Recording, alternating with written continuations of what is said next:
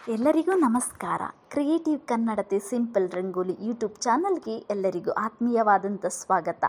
ಇಂದು ರಂಗೋಲಿಯ ಜೊತೆಗೆ ಸಂಧ್ಯಾರಾಗ ಕಾದಂಬರಿಯ ಮುಂದಿನ ಅಧ್ಯಾಯವನ್ನು ನೋಡೋಣ ಬನ್ನಿ.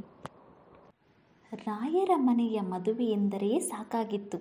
ಜೊತೆಗೆ ರಾಯರ ಮದುವೆ ವಿಜೃಂಭಣೆಯಿಂದಲೇ ನಡೆಯಿತು. ಅಂತಹ ಊಟ ಸಂತರ್ಪಣೆ ಹೊಸಹಳ್ಳಿಯಲ್ಲಿ ಹಾಗೆ ಇರಲಿಲ್ಲವೆಂದು ಎಲ್ಲರೂ ಹಾಡಿ ಹೊಗಳಿದರು. ವೈದಿಕರಿಗೆ ಕೂಡ ತೃಪ್ತಿಯನ್ನುಂಟು ಮಾಡುವ ರೀತಿಯಲ್ಲಿ ಮದುವೆ ಮುಗಿಯಿತು. ಹೆಣ್ಣು ದೂರದ್ದಲ್ಲ, ಮನೆಯದೆಂತಲೇ ಹೇಳಬೇಕು. ಮೀನಾಕ್ಷಮ್ಮ ತಮ್ಮ ಸೋದರತ್ತೆಯ ತಮ್ಮನ ಮಗಳನ್ನೇ ಗೊತ್ತು ಮಾಡಿದ್ದರು. ಮೀನಾಕ್ಷಮ್ಮನವರ ಸೋದರ ಮಾವ ಕಳಲೆ ಕೃಷ್ಣಪ್ಪನೇ ಸಾವಿತ್ರಿಯನ್ನು ಸಾಕಿ ಸಲಹಿದ್ದ. ಸಾವಿತ್ರಿಗೆ ಚಿಕ್ಕ ವಯಸ್ಸಿನಲ್ಲಿಯೇ ತಂದೆ ತಾಯಿ ತೀರಿ ಹೋದದರಿಂದ ಕೃಷ್ಣಪ್ಪ ಭಾವ ಮೈದುನನ ಮಗಳನ್ನು ತನ್ನ ಮಗಳೆಂದೇ ಭಾವಿಸಿ ಸಾಕಿ ಸಲಹಿ ವಿದ್ಯಾಬುದ್ಧಿ ಕಲಿಸಿದ್ದ. ಕೃಷ್ಣಪ್ಪ ಹೆಚ್ಚು ಸ್ಥಿತಿವಂತನಲ್ಲದಿದ್ದರೂ ಅನುಕೂಲವಾಗಿದ್ದ. ಇದ್ದ ಸ್ವಲ್ಪ ಭೂಮಿಯ ಜೊತೆಗೆ 4 ಗ್ರಾಮಗಳ ಶಾನುಭೋಗಿಕೆಯೂ ಇತ್ತು. ವರ್ಷಾಕಾಲಕ್ಕೆ ಸಾಕಾಗುವಷ್ಟು ದವಸ ಪೋಟಗೆ ಹಣ ಬರುತ್ತಿತ್ತು. ತನಗೂ ಮಕ್ಕಳಿರಲಿಲ್ಲ. ಸಾವಿತ್ರಿಯನ್ನೇ ಸ್ವಂತ ಮಗಳಿಗಿಂತಲೂ ಹೆಚ್ಚಾಗಿ ಭಾವಿಸಿ ಪ್ರೀತಿಸುತ್ತಿದ್ದ. ಸಾವಿತ್ರಿಗೆ 16 ವಯಸ್ಸು ತುಂಬಿದ್ದರೂ ಯೋಗ್ಯ ವರ ಸಿಕ್ಕಲಿಲ್ಲ. ಕನ್ಯೆ ಬೆಳೆದು ನಿಂತ ಮೇಲಂತೂ ಹಳ್ಳಿಗಾಡಿನಲ್ಲಿ ಮದುವೆ ಮಾಡುವುದು ತೀರಾ ಅಸಾಧ್ಯವಾಗಿತ್ತು. ಹಳ್ಳಿಯ ಹುಡುಗಿಯೆಂದು ಪೇಟೆಯ ಹುಡುಗರು ಮಾಡಿಕೊಳ್ಳಲೊಪ್ಪುತ್ತಿರಲಿಲ್ಲ. ಗಂಡಿಗೆ ಅಲೆದು ಸಾಕಾಗಿತ್ತು. ಹೆಣ್ಣು ನೋಡಲು ಬರುವವರಿಗೆ ರೈಲು ಚಾರ್ಜು, ಬಸ್ಸು ಚಾರ್ಜುಗಳನ್ನಿತ್ತು ಕೃಷ್ಣಪ್ಪನ ಭಂಡಾರ ಬರಿದಾಗಿತ್ತು. ಇವುಗಳಿಗೆ ಕಳಸವಿಟ್ಟಂತೆ ಹೆಣ್ಣು ನೋಡ ಬಂದ ಭಾವಿ ಬೀಗರ ಮತ್ತು ಅಳಿಯನ ಆತಿಥ್ಯ ಮಾಡಿ ಕೃಷ್ಣಪ್ಪ ಬೇಸತ್ತಿದ್ದ.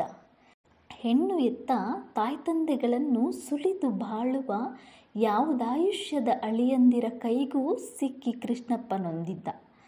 ತನ್ನೆಲ್ಲ ಆತಿಥ್ಯವನ್ನು ಅನುಭವಿಸಿ ಕೊನೆಗೆ ಇಲ್ಲದ ಸಲ್ಲದ ಆಕ್ಷೇಪಣೆಯನ್ನು ತೆಗೆದು ಸಣ್ಣ ಮಾತುಗಳನ್ನಾಡುತ್ತಿದ್ದ ಜನರ ಪರಿಚಯ ಕೃಷ್ಣಪ್ಪನಿಗೆ ಸಾಕಷ್ಟು ಆಗಿತ್ತು. ಕೊನೆಗೆ ಒಂದು ದಿವಸ ರೇಗಿ ಮದುವೆಯಾಗದೇ ಇದ್ದರೆ ಅಷ್ಟೇ ಹೋಯಿತು. ಇರೋ ಒಬ್ಬ ಮಗಳನ್ನು ಗಂಡು ಮಗ ಅಂತ ಭಾವಿಸಿ ಸಾಕ್ತೇನೆ ಎಂದು ನಿರ್ಧರಿಸಿಬಿಟ್ಟಿದ್ದ. ಸಾವಿತ್ರಿಯನ್ನೇ ಮೀನಾಕ್ಷಮ್ಮನವರು ಆರಿಸುವುದಕ್ಕೆ ಅವಳ ವಯಸ್ಸು ಒಂದು ಕಾರಣ. ರಾಯರಿಗೆ 10-12 ವಯಸ್ಸಿನ ಪಾಪಚ್ಚಿ ತಂದು ಕಟ್ಟುವುದರಲ್ಲಿ ಅರ್ಥವಿಲ್ಲವೆಂದು ಅವರು ಮನಗಂಡಿದ್ದರು. ಜೊತೆಗೆ ಸಾವಿತ್ರಿಯ ಭವಿಷ್ಯತ್ತಿನ ಯೋಚನೆ, ತಮ್ಮ ತವರು ಮನೆಯ ಕಡೆ ಹೆಣ್ಣು ಅನ್ಯಾಯವಾಗುವುದಲ್ಲ ಎಂಬ ಚಿಂತೆ. ಸಾವಿತ್ರಿ ಜಾಣೆಯಾಗಿಯೂ ಇದ್ದಳು, ಲಕ್ಷಣವಾಗಿಯೂ ಇದ್ದಳು. ಹೇಳಿಕೊಳ್ಳುವ ರೂಪವಲ್ಲದಿದ್ದರೂ ಗರತಿಯ ಲಕ್ಷಣಗಳಿಂದ ಕೂಡಿ ಚಂದೊಳ್ಳೆ ಹೆಣ್ಣು ಎನಿಸಿಕೊಂಡಿದ್ದಳು. ಮದುವೆಯಾದ 1 ತಿಂಗಳೊಳಗಾಗಿ ನಿಷೇಕ ಪ್ರಸ್ಥದ ಶಾಸ್ತ್ರವನ್ನು ಮುಗಿಸಿಬಿಟ್ಟರು. ಸಾವಿತ್ರಿ ಗಂಡನ ಮನೆಗೆ ಬಂದು ಸೇರಿದಳು. ಮೊದಲು ಅವಳಿಗೆ ಎಲ್ಲವೂ ಹೊಸದಾಗಿ ಕಾಣುತ್ತಿದ್ದಿತು. ರಾಯರ ದೇಗುಲದಂತಹ ಮನೆ, ಅದರ ವೈಭವ, ರಾಶಿ ಅಡಗಿದ್ದ ದವಸ ಧಾನ್ಯ ಕಂಡು ದಿಗ್ಭ್ರಮೆ ಹಿಡಿದಂತಾಯಿತು. ಮೀನಾಕ್ಷಮ್ಮನವರು ತಂಗಿಗೆ ಎಲ್ಲ ವಿಷಯಗಳನ್ನು ತಿಳಿಸಿ ಕಲಿಯಬೇಕಾದದ್ದನ್ನು ಕಲಿಸಲಾರಂಭಿಸಿದರು. ಮುಖ್ಯವಾಗಿ ರಾಯರ ಸ್ವಭಾವ, ಅವರ ಅಭಿರುಚಿ, ಅವರ ಆಕಾಂಕ್ಷೆ, ಅವರ ದೇಹ ಗುಣದ ಪರಿಚಯ ಮಾಡಿಕೊಟ್ಟು ಗಂಡನ ಸೇವೆಯನ್ನು ಹೇಗೆ ಸಲ್ಲಿಸಬೇಕೆಂದು ಕೂಲಂಕುಷವಾಗಿ ತಿಳಿಸುತ್ತಿದ್ದರು. ಒಂದು ದಿವಸ ಮೀನಾಕ್ಷಮ್ಮನವರು ಸಾವಿತ್ರಮ್ಮನಿಗೆ ಜಡೆ ಹೆಣೆಯುತ್ತಾ ಕುಳಿತಿದ್ದರು. ಹೆಣಿಗೆಯೂ ಮುಗಿಯುತ್ತಾ ಬಂದಿತ್ತು. ಆಗ ಮೀನಾಕ್ಷಮ್ಮ, ಸಾವಿತ್ರಮ್ಮ, ತವರು ದೂರಾಯಿತು ಅಂತ ಯಾವುದಕ್ಕೂ ಸಂಕೋಚ ಪಟ್ಟುಕೊಳ್ಳಬೇಡಮ್ಮ. ಬೇಕಾದ್ದು ಕೇಳು, ಆಸೆಯಾದ ತಿಂಡಿ ಹೇಳು, ಮಾಡಿಕೊಡುತ್ತೇನೆ. ಯಾವುದಕ್ಕೂ ಇಲ್ಲ ಅಂತ ಕೊರಗಬೇಡಮ್ಮ. ನೀವಿರುವಾಗ ನನಗೆ ಯಾತರ ಕೊರತೆ ಅಕ್ಕ? ನೀವೇ ನನ್ನ ತಂದೆ ತಾಯಿ ಬಂಧು ಬಳಗ ಎಲ್ಲ ಆಗಿದ್ದೀರಿ. ಎಲ್ಲೋ ಬಿದ್ದಿದ್ದವಳನ್ನು ತಂದು ಪಕ್ಕದಲ್ಲಿ ಕೂಡಿಸಿಕೊಂಡಿದ್ದೀರಿ.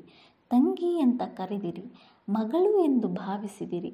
ಆದರೆ ಒಂದು ಮಾತು ಅಕ್ಕ, ನೀವು ನನ್ನ ಸಾವಿತ್ರಮ್ಮ ಅಂತ ಏಕೆ ಕರೆಯುತ್ತೀರಿ? ಇನ್ನೇನೆಂದು ಕರೆಯಲಮ್ಮ? ಸಾತು ಅನ್ನು, ಸಾತಿ ಅನ್ನಿ, ಬೇಕಾದ್ದನ್ನಿ. ಹಾಗೇ ಆಗಲಿ ಸಾತು, ಈಗ ಸಮಾಧಾನವಾಯಿತೋ ಎಂದು ಅರೆಕ್ಷಣ ದಿಟ್ಟಿಸಿ ನೋಡಿ ಅವಳ ಕಿವಿಯಲ್ಲಿದ್ದ ಕೆಂಪಿನೋಲೆ ತೆಗೆದು ಅದರ ಬದಲು ತಮ್ಮ ಕಿವಿಯಲ್ಲಿದ್ದ ವಜ್ರದೋಲೆ ಹಾಕಿ ಅವಳ ಮುಖ ದಿಟ್ಟಿಸಿ ನೋಡಿ, ಈಗ ಸಾವಿತ್ರಿನೂ ಸಾವಿತ್ರಿ ಹಾಗೆ ಕಾಣ್ತಿ ಕಣೆ ತಾಯಿ. ಕಿವಿ ಏನೋ ಬಿಕೋ ಅಂತಿತ್ತು, ಈಗ ಒಳ್ಳೆ ಚೆಂದಾಯಿತು ಎಂದು ಹರಸಿದರು. ಸಾವಿತ್ರಿಯ ಕಣ್ಣುಗಳಲ್ಲಿ ನೀರೂರಿತು. ಎದ್ದು ಅಕ್ಕನಿಗೆ ನಮಸ್ಕಾರ ಮಾಡಿದಳು. ಇದೇನು ಮಾಡಿದಿರಿ ಅಕ್ಕ, ನಿಮ್ಮ ಕಿವಿದು? ಏನೂ ಚಿಂತೆ ಇಲ್ಲ ಸಾತು, ನಾನು ಹಾಕಿಕೊಂಡರೇನು ನೀನು ಹಾಕಿಕೊಂಡರೇನು ಎಂದು ಸಮಾಧಾನ ಹೇಳಿ ತನ್ನ ಮಾತನ್ನು ಬೇರೆಯ ಮಾತಿಗೆ ತಿರುಗಿಸಿಬಿಟ್ಟರು. ರಾಯರು ಆ ಹೊತ್ತಿಗೆ ಮನೆಗೆ ಬರಲು ಫಲಹಾರ ಅಣಿ ಮಾಡಲು ಇಬ್ಬರು ಅಡಿಗೆ ಮನೆಗೆ ತೆರಳಿದರು. ರಾಯರು ಕೈಕಾಲು ತೊಳೆದುಕೊಂಡು ತೊಟ್ಟಿಯಲ್ಲಿ ಕುಳಿತರು. ಸಾವಿತ್ರಿಯೇ ತಿಂಡಿ ತಟ್ಟೆಯನ್ನು ತಂದಿಟ್ಟು ಹೊರಟು ಹೋದಳು. ಎರಡನೆಯ ಸಲ ಅವಳೇ ಕಾಫಿಯನ್ನು ತಂದಿಟ್ಟಳು. ಮೀನನ್ನ ಕರೆ ಎಂದು ರಾಯರು ಹೇಳಿದರು. ರಾಯರು ಕಾಫಿ ಪಾತ್ರೆಯನ್ನು ಕೈಯಲ್ಲಿ ಹಿಡಿದು ಮೀನಾಕ್ಷಮ್ಮನವರನ್ನು ದಿಟ್ಟಿಸಿ ನೋಡಿದರು. ಮೀನಾಕ್ಷಮ್ಮ ಸ್ವಲ್ಪ ಗಾಬರಿಯಾದರು. ಯಾಕೆಂದರೆ ಹೀಗೆ ನೋಡ್ತಿದ್ದೀರಿ? ಯಾಕೂ ಇಲ್ಲ, ನಿನ್ನ ಕಿವಿ ನೋಡಿದೆ, ಅವಳ ಕಿವಿಯೂ ನೋಡಿದೆ ಅಷ್ಟೆ. ನಂದೇನು, ಹುಡುಗಿಯವಳು ಇಟ್ಟುಕೊಳ್ಳಲಿ ಎಂದು ತೆಗೆದಿಟ್ಟೆ. ನನಗೆ ಆ ವಜ್ರದ ಓಲೆಗಿಂತ ಇದೇ ಹೆಚ್ಚು ಒಪ್ಪುತ್ತೆ ನೋಡಿ.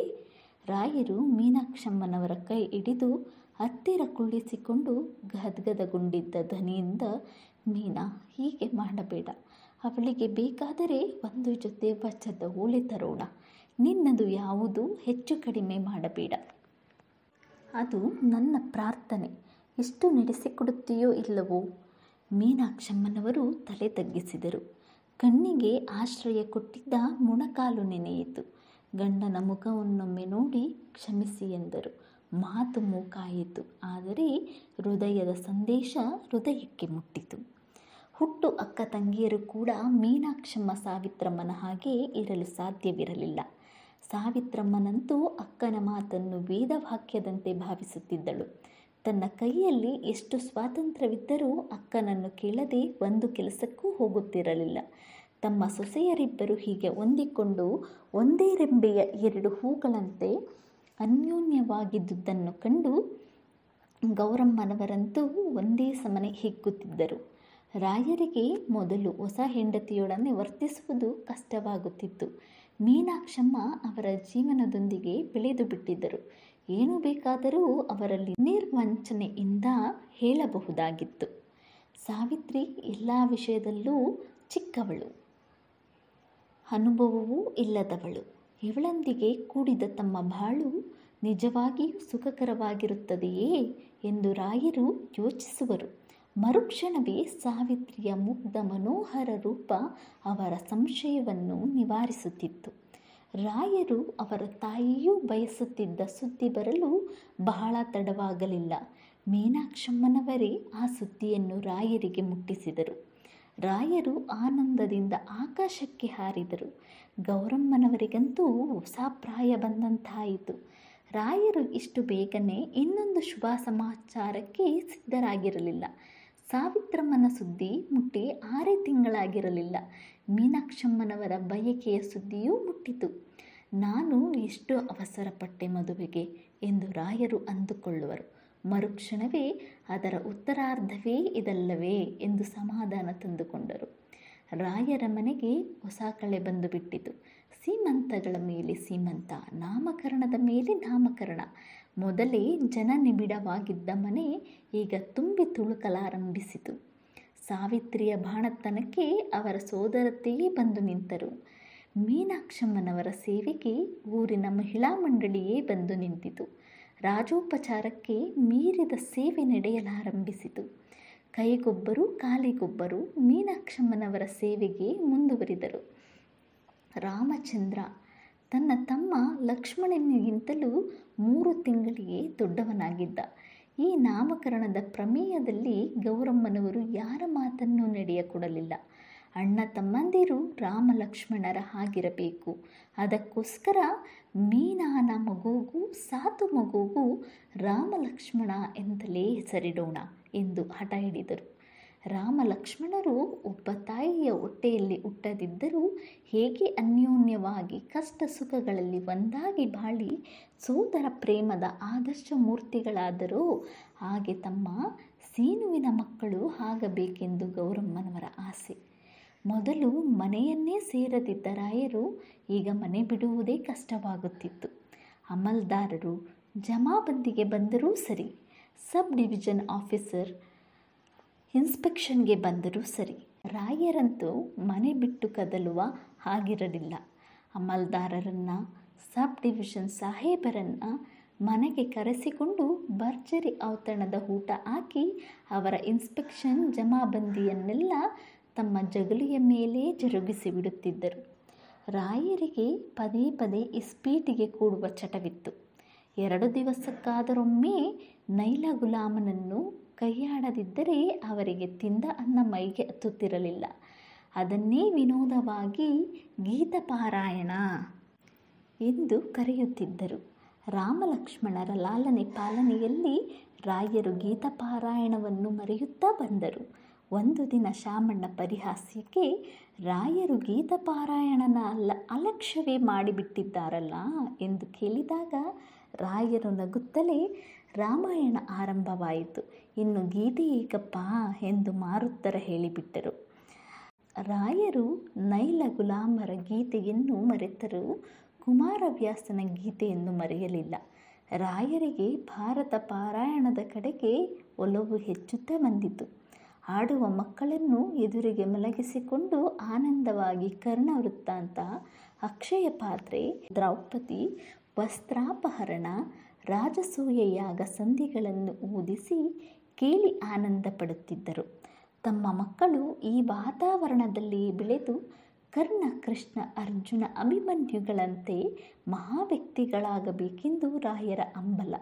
ಈ ಸಂದರ್ಭಗಳಲ್ಲಿ ತಮ್ಮ ಬಾಲ್ಯವನ್ನು ಜ್ಞಾಪಿಸಿಕೊಳ್ಳುವರು.